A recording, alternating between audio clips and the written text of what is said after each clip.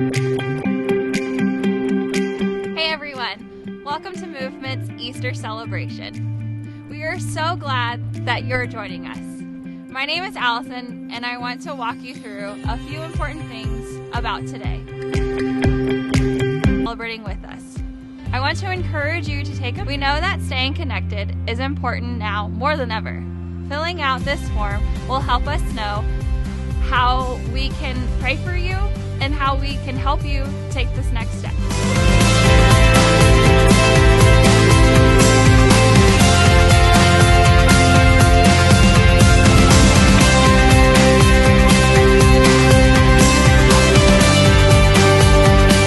I want to encourage you to engage in our celebration by using the comment section.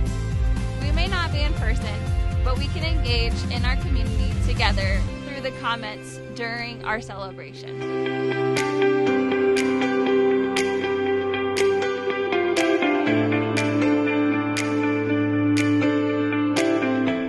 By joining us today, you have the opportunity. Many of our friends locally and globally are without work right now, and this impacts their ability to have funds to purchase food. And today, you have the chance to help meet this need. All you need to do is comment on Facebook or on our web stream with a number of people celebrating with you in person, and Movement will make a $5 gift per person to benefit City Mission locally and Lifeline Christian Mission in Guatemala. Both of these organizations are on the front lines of meeting hunger-related needs during this time of crisis. We are going to give up to $5,000 as part of this, and it will be divided between these two organizations. At Movement, one of our values is we are generous. This is another way we are tangibly living out this value.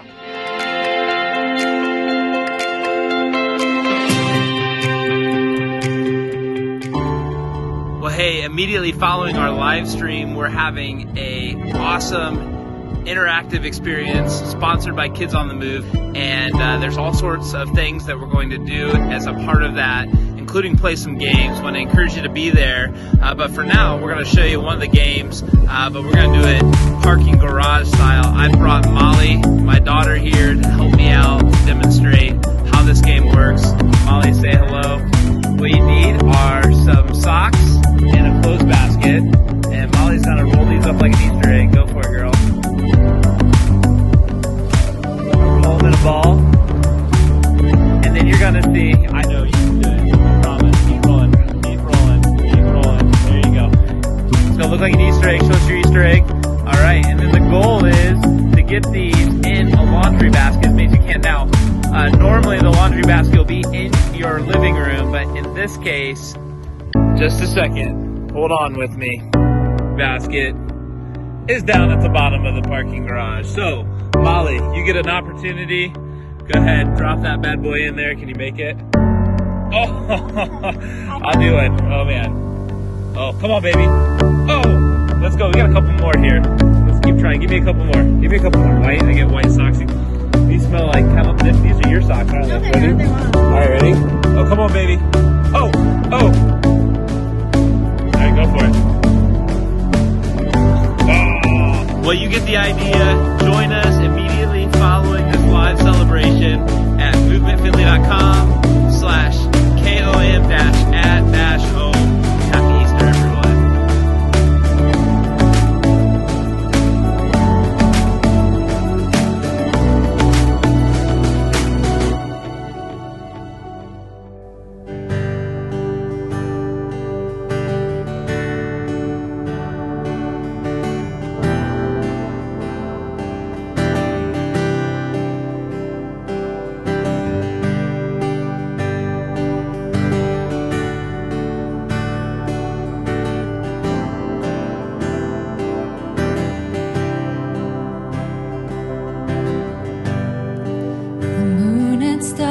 they wept. The morning sun was dead. The Savior of the world was falling. His body on the cross, His blood poured out for us. The weight of every curse upon Him.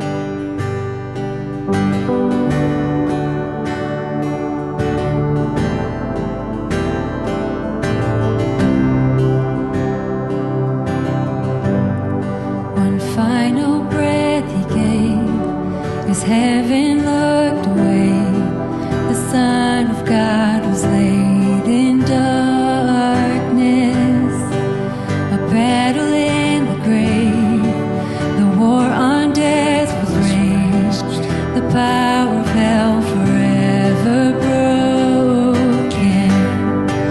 The ground began to shake, the stone was rolled away. His perfect love could not be overcome. Now death, where is your sting? Our resurrected King has rendered you defeated. Forever He is glorified. Forever He is lifted high. Forever He is risen. He is alive. He is alive. The ground began to shake, the stone was rolled away. His perfect love could not be overcome. Now death, where is your sting? Our resurrected King has rendered you defeated. Forever He is glorified. Forever He is lifted high. Forever He is risen. He is alive. He is alive.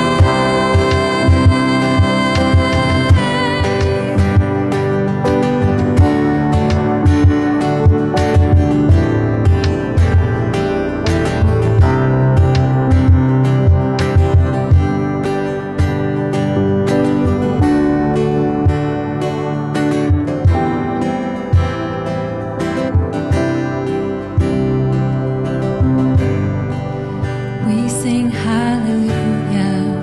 We sing hallelujah. We sing hallelujah. The Lamb is overcome. We sing hallelujah. We sing hallelujah. We sing hallelujah. The Lamb is overcome. We sing hallelujah. We sing hallelujah. We sing hallelujah. The Lamb is overcome. We sing hallelujah. We sing hallelujah. We sing hallelujah. The Lamb is overcome. Forever He is glorified. Forever He is lifted high. Forever He is risen. He is alive. He is alive. Forever He is glorified. Forever He is lifted high. Forever He is risen. He is alive. He is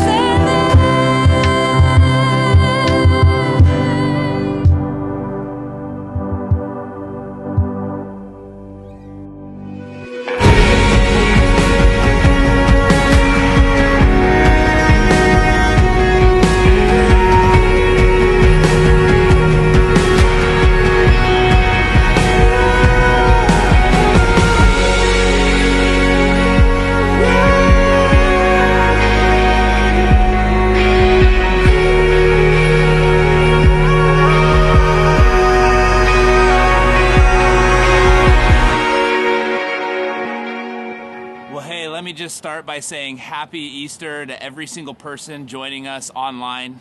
And if this is your first time connecting with us, we are thrilled that you've joined us to celebrate Easter.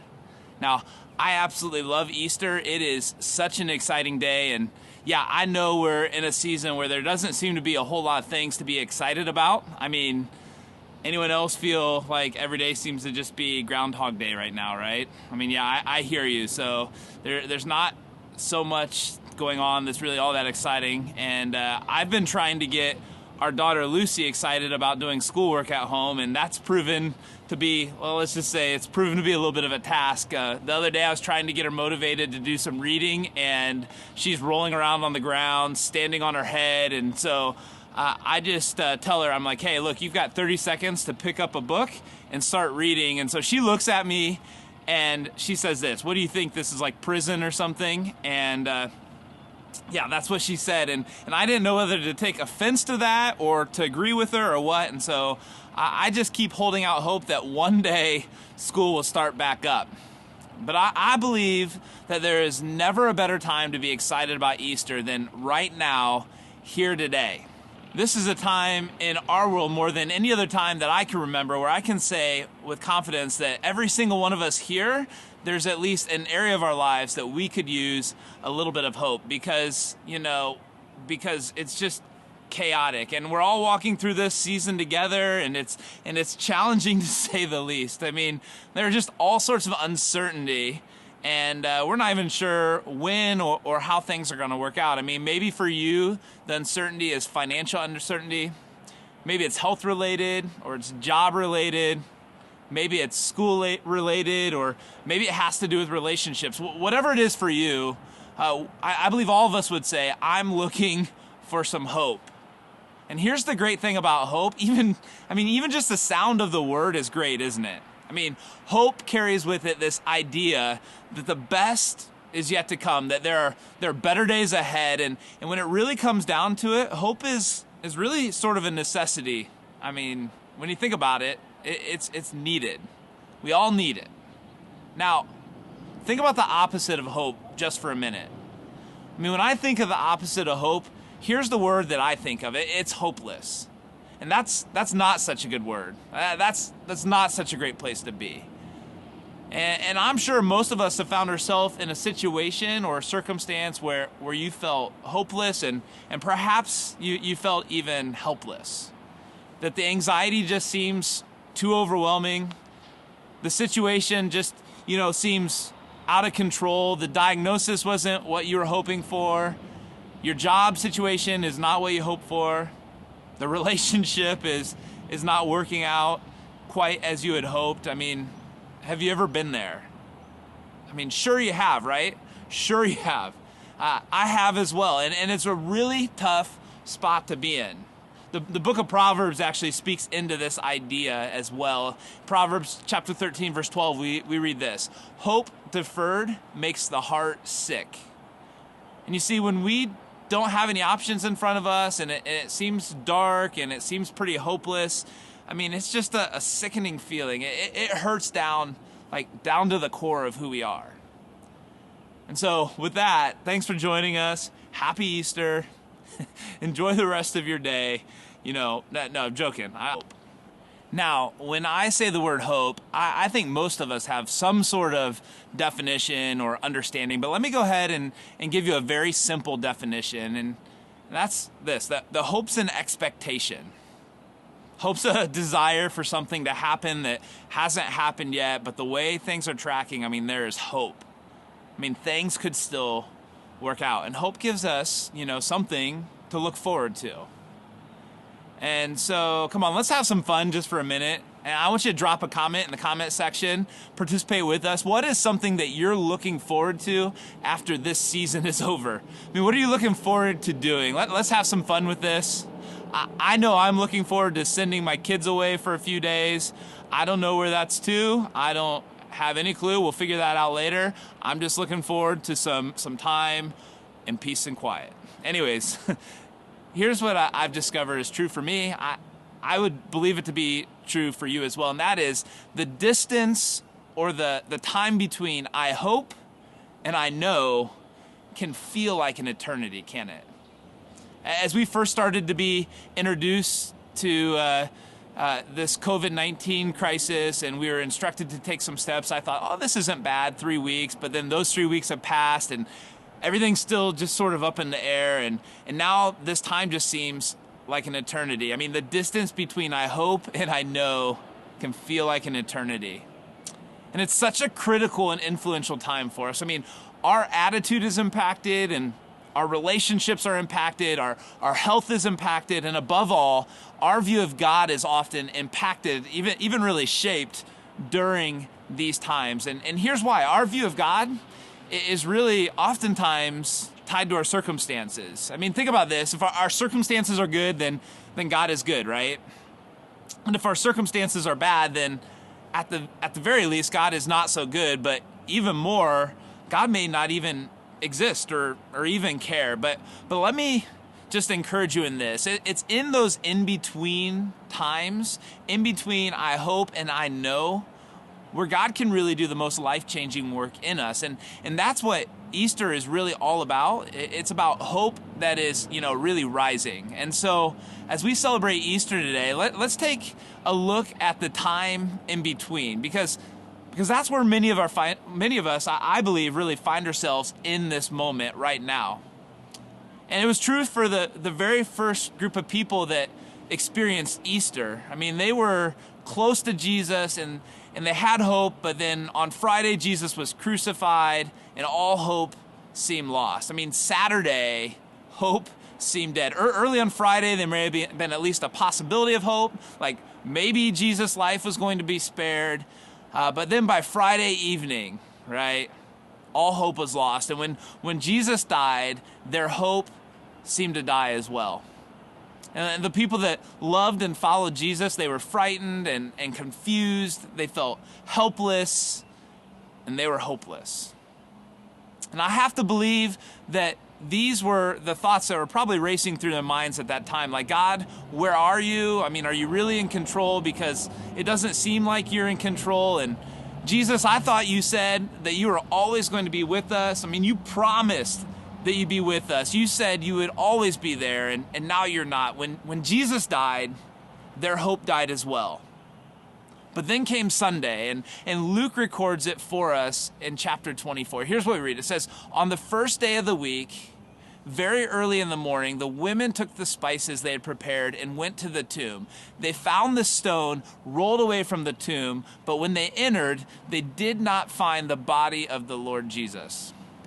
Now, it's important to understand why the women went to the tomb on that day. The women did not go to the tomb on Easter morning expecting to find it empty, right?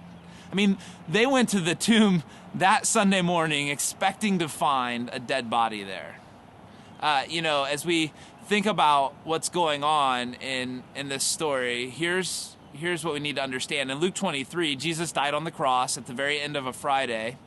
So they took his body off the cross, but the Sabbath would have been Saturday, which was quickly approaching. And so Jewish law said you couldn't do any work at all on the Sabbath. So they were rushing to get Jesus' dead body out of the sun and out of the heat so that they could come back on Sunday. And this guy named Joseph of Arimathea is like, hey, I've got a tomb.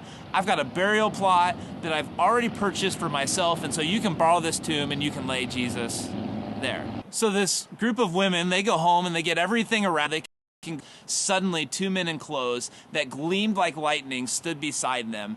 In their fright, the women bowed down with their faces to the ground, but the men said to them, why do you look for the living among the dead? Why are you here? Somebody that was dead, but that's, that's what I would do. And here's what these men say. They say this: he's not here. He's not here. He's risen. Remember how he told you. Now, I don't want you to miss this word, remember. This wasn't brand new information to them. I mean, they had heard it before. And for many of us in listening today, the resurrection is information that we've heard before. And perhaps you just need to be reminded of the significance. Well, we read on, it says, remember how he told you while he was still with you in Galilee, the Son of Man must be delivered over to the hands of sinners, be crucified, and on the third day be raised again. And then they remembered his words. I mean, isn't it true that sometimes we just have selective hearing and we hear the things we want to hear, and sometimes we have to be reminded because at the time we just don't want to hear, I mean, all of us, I think, understand that. And when Jesus had told them information before, it's not really something they wanted to hear. I mean, delivered over to the hands of sinners, crucified. I mean, no one had time for talk like that. I mean, Jesus, we like what you're doing now. We love that you're healing people and turning water into wine and walking on water and feeding the multitude. So let's just forget about that other stuff. But then Friday comes, right? And they find themselves in a place they never imagined that they'd be in. And Saturday followed Friday, and on Saturday, not one person believed that Jesus would be alive. I mean, all hope was lost. And come on, we all have our own Saturdays, don't we? I mean, we're frightened, confused, anxious, helpless, hopeless. Financially, maybe it's Saturday. Your health, it's Saturday. Relationally, it's Saturday. And Saturday represents for us the day after the prayer just doesn't seem to be answered that we prayed, and things seem hopeless. And you find yourself thinking, I don't know if any new life can really rise from this circumstance. And perhaps today, in this moment, you need to hear the words that these women heard. Remember. We continue reading, and it says, when they came back from the tomb, they told all these things to the 11 and to the others. And it was Mary of Magdalene, their experience with those closest to Jesus. And what happens next is so fascinating, because here's what we read. It says, but they did not believe the women because their words seemed to them like nonsense. Now, these are the guys that are told the news. These guys that are told the news, I mean, they were with Jesus every step of the way. They saw the miracles he had performed. I mean, they had been given insider information that this was going to happen. And yet, when they initially hear the news, they're like, no way. Like, this is nonsense. Let me go ahead and just acknowledge something here, and that is that some of us might find ourselves in this place today, that believing somebody resurrected from the dead is a difficult thing to believe. And let me just say, you're not alone. I mean, even those closest to Jesus, they found it difficult to believe. But there was this one guy who was holding on to hope. And here's what we read in verse 12. It says, Peter, however, got up and ran to the tomb. Bending over, he saw the strips of linen laying by themselves, and he went away wondering to himself what had happened. Now, if you're not a church person or don't know a whole lot about the Bible, here's what you need to know about Peter. Peter was one of the people closest to Jesus, and he had messed up big time. In fact, the last week of Jesus' life was probably one of the worst weeks of Peter's life. He had argued with Jesus, and he had acted in anger towards other people. I mean, he actually physically hurt someone, and he had even denied knowing that he even knew who Jesus was, the person that he had followed for the last 3 years. And I can only imagine what Saturday was like for him. Like, you know, I imagine him thinking, I wish I could go back and change this. And I'm sure he was dealing with all kinds of guilt and all kinds of shame and regret, the what ifs, the if onlys, and then he hears the news, and for the first time in maybe like 48 hours, Peter gets this glimmer of hope. So let me just ask you a question. Is there anything that you're carrying around from your past that's just destroying you? Like, you wish you could change. You wish you could take it back, wish that you could do something differently. I mean, of course there is. There is for you and there is for me. And just like Peter, we carry around guilt and shame and regrets, the what ifs and the if onlys. And we all have some things in our past that we need to be released from. Maybe it's a divorce or a bad relationship or an addiction or maybe an arrest or hurtful words. Perhaps you lied or you got caught up in something and you gave up or you gave in, whatever that may be. And you know, it feels a lot like Saturday for you. I mean, you just feel hopeless. Here's what I want you to understand about Easter, is that this is a day about when life is at its darkest and at its most hopeless point. Because, I mean, think about it. You can't get much more hopeless than a dark tomb with a dead body in it. When life is there, we see this, that Jesus walks out of it and he gives us hope. And hope says to us, it's never too late. Hope says to us, your past doesn't define you. Hope says to us, life is bigger than your present circumstances. Hope says to us, you don't have to be controlled by your fear. And when all hope seems lost, the message of Easter is this: hope is here.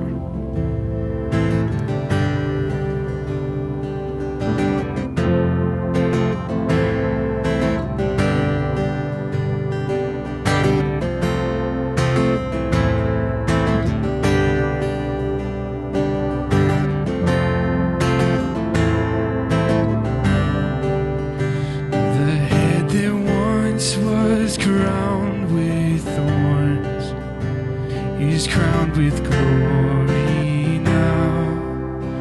The Savior knelt to wash our feet. Now at his feet we bow.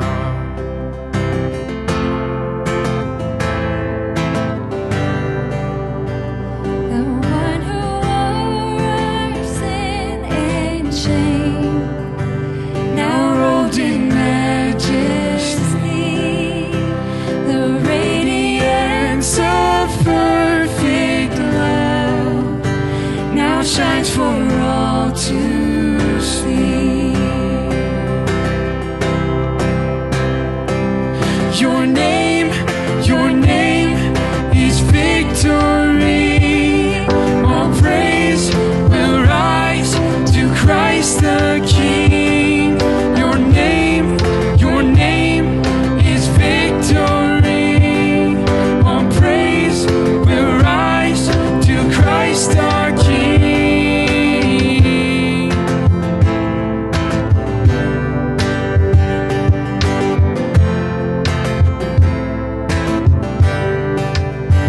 The fear of hell does now give way to him who is our peace. His final breath upon the cross is now alive in me. Your name is victory. All praise will rise to Christ the King. Your name is victory. All praise will rise to Christ our King. Yeah.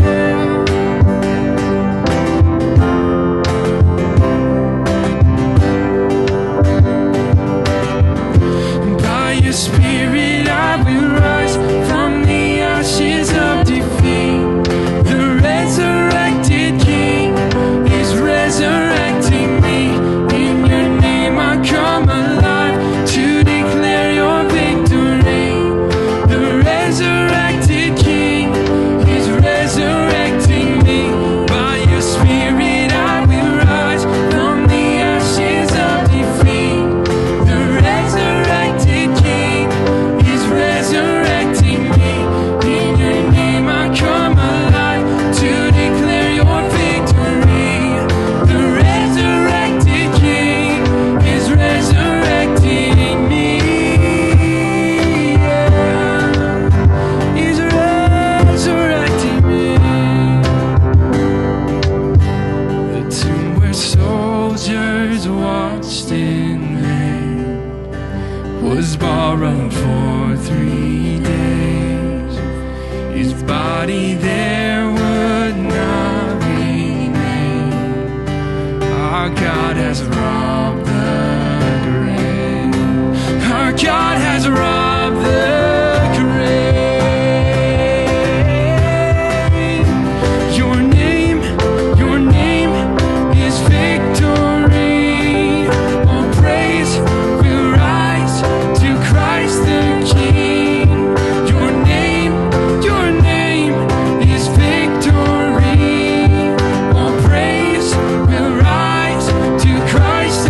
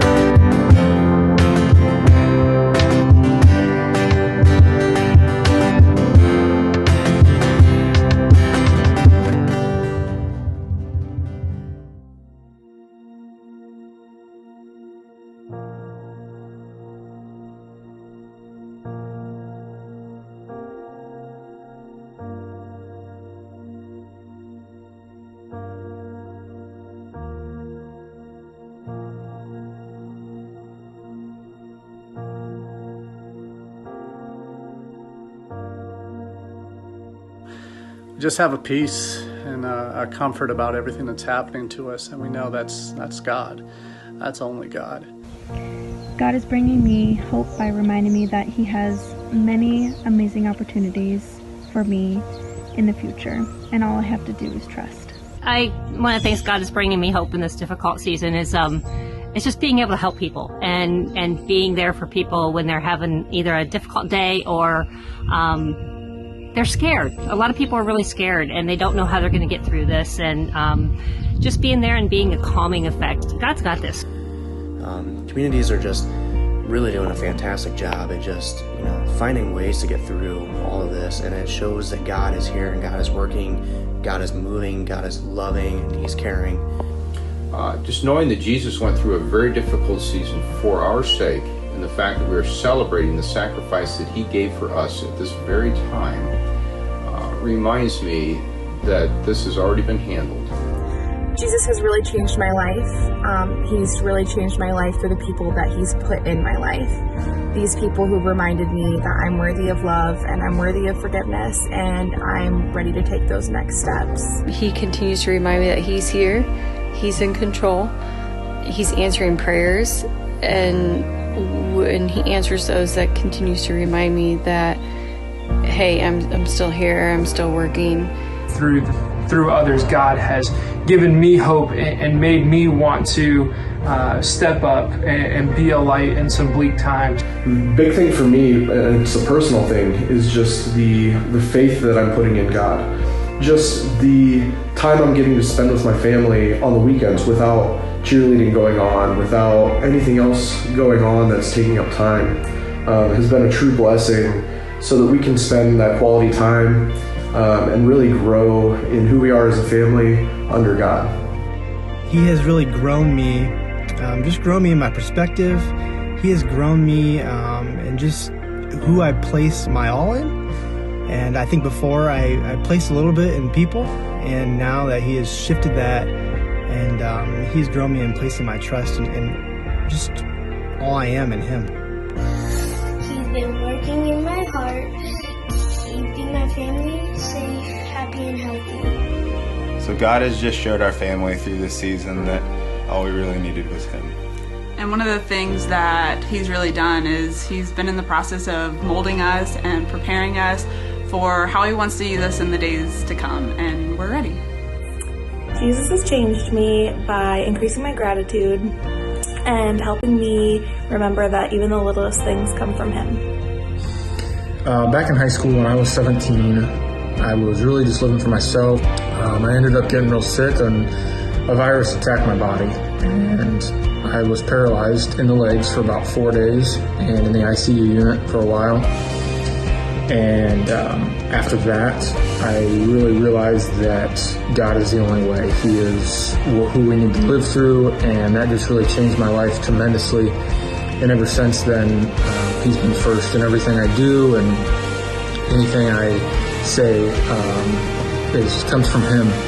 Jesus has changed me through His grace, just seeing His grace work within me and making me want to offer that to other people and see grace through their situations and offer them grace, because that's what Jesus has given me. It really becomes obvious during this time of uncertainty and fear. I found peace in the ability to move my burdens to His shoulders and allow Him to take it. And it's given me the opportunity to open up and help others the way I wouldn't be able to if I was too worried about what's going on in my own life. I think really over the past few weeks, what I've been reminded of is that my hope is in heaven and nothing else. God is moving, and He is in this. He is always in it. He tells us He is, and we have to believe it. And we have no reason not to. And He moves like we don't even know through these times, and that's how He's given me hope.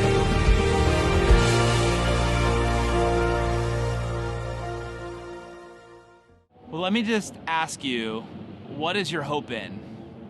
Because we all make a choice. And instead of placing your hope in something, you can place your hope in someone. I mean, you're putting your hope in something or someone right now, today, and maybe you're thinking, well, Eric, I'm not very religious, and I just want you to know I didn't ask you if you're religious. I didn't ask you if you believed. I didn't ask you if you're a Christian, because you don't have to be a Christian to be in this category. You just have to be a human, really, because we're all either putting our hope in something or someone. Every single one of us is. And something could be anything, really.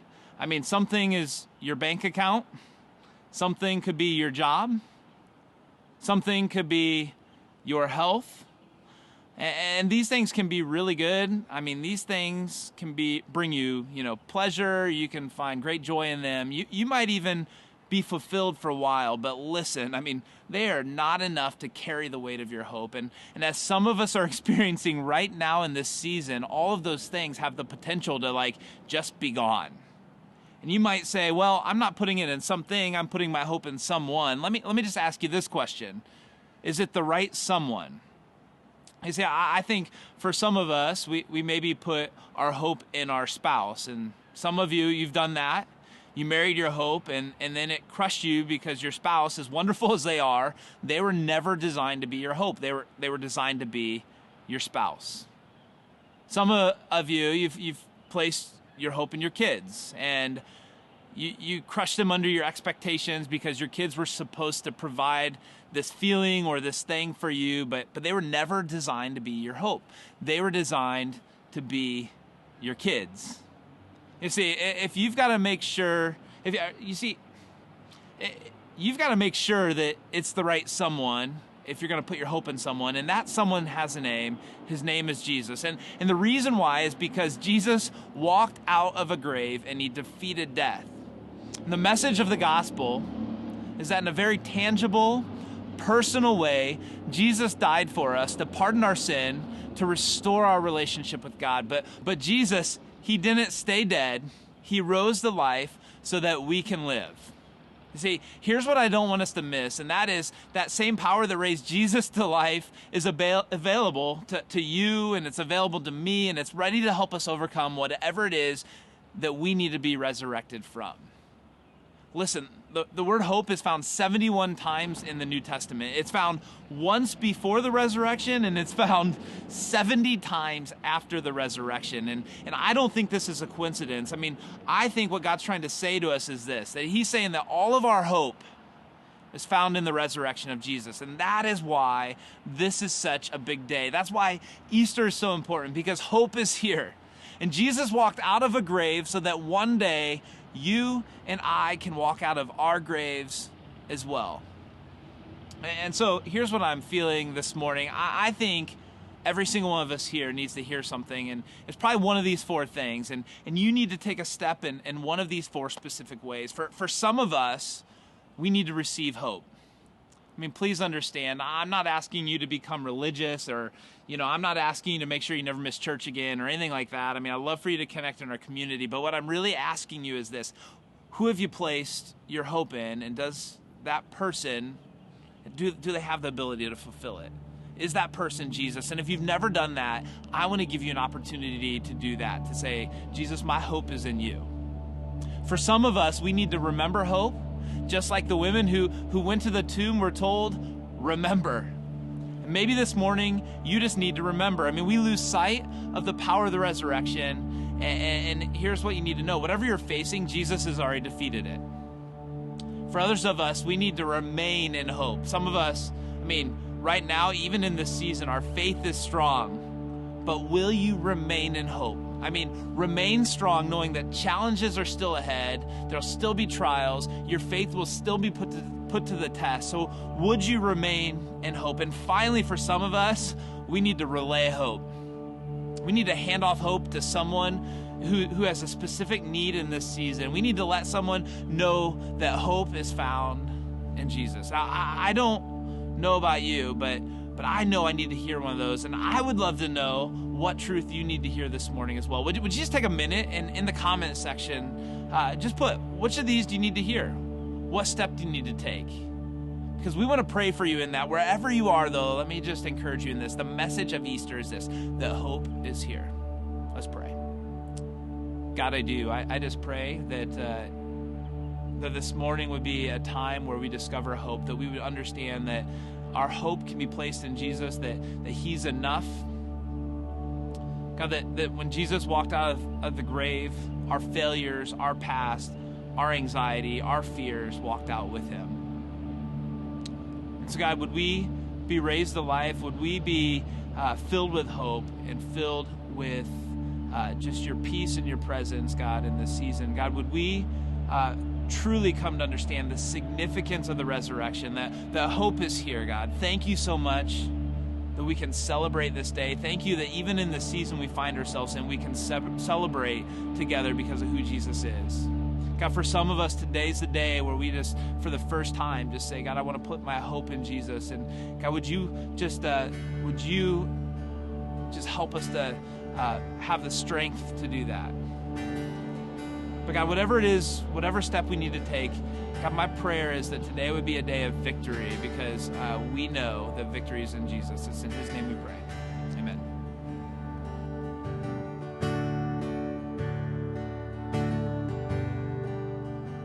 How great the chasm that lay between us, how high the mountain I could not climb.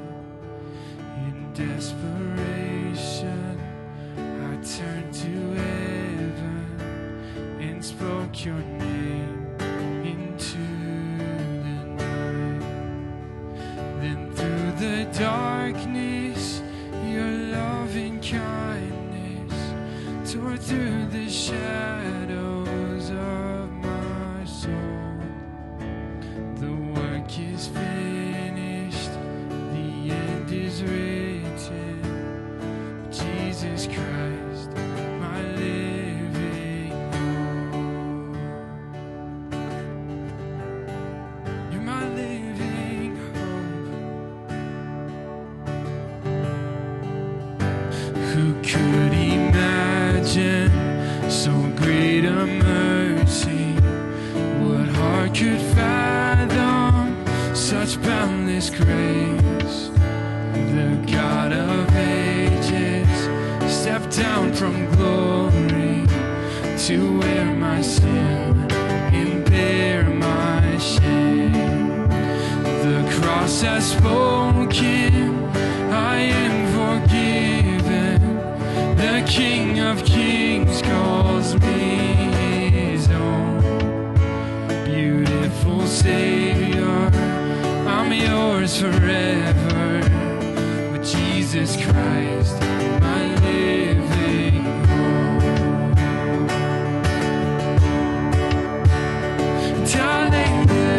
Hallelujah, praise the one who set me free. Hallelujah, death has lost its grip on me. You have broken every chain. There's salvation in your name, Jesus Christ, my living hope. Then came the morning that sealed the promise. Your very body began to breathe. Out of the silence, the roaring lion declared the grave has no claim on me. Then came the morning that sealed the promise. Your very body began to breathe. And out of the silence, the roaring lion declared the grave has no claim on me. Jesus, yours is the victory. Yeah, and hallelujah, praise the one who set me free. Hallelujah, death has lost its grip on me.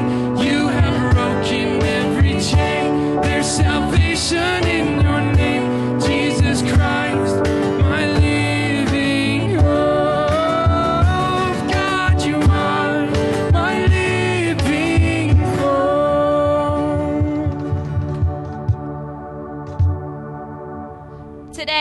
you got to hear just a few stories of people experience transformation through this community. We would love to be a part of your story too. We want to help you connect here at Movement. The connection card link is in the comment section and on the screen to help you connect. As I mentioned earlier in our time together, for everyone who comments during our celebration with a number of people celebrating with you in person, Movement will make a $5 gift per person to benefit the City Mission locally and Lifeline Christian Mission in Guatemala. You have a minute to do this. Both of these organizations are on the front lines of meeting hunger-related needs during this time of crisis. In addition, we want to offer an opportunity to contribute towards our ongoing mission to help people find and follow God. You can go to movementfinley.com/give to do that. Your generosity allows us to be generous in significant ways like we are doing today. We want to invite you to join us again next week as we kicked off a brand new series called I Doubt It. For many of us, the struggle is real. We have questions about faith, our circumstances, our future, and more. We are going to walk through the storms of our biggest doubts and questions together. This is a safe place to deal with your doubts. Don't forget, our Kids on the Move Easter Blast happening in just a moment. Once again, here's the website.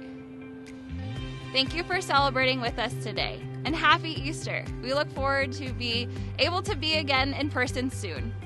Movement, go and be the church.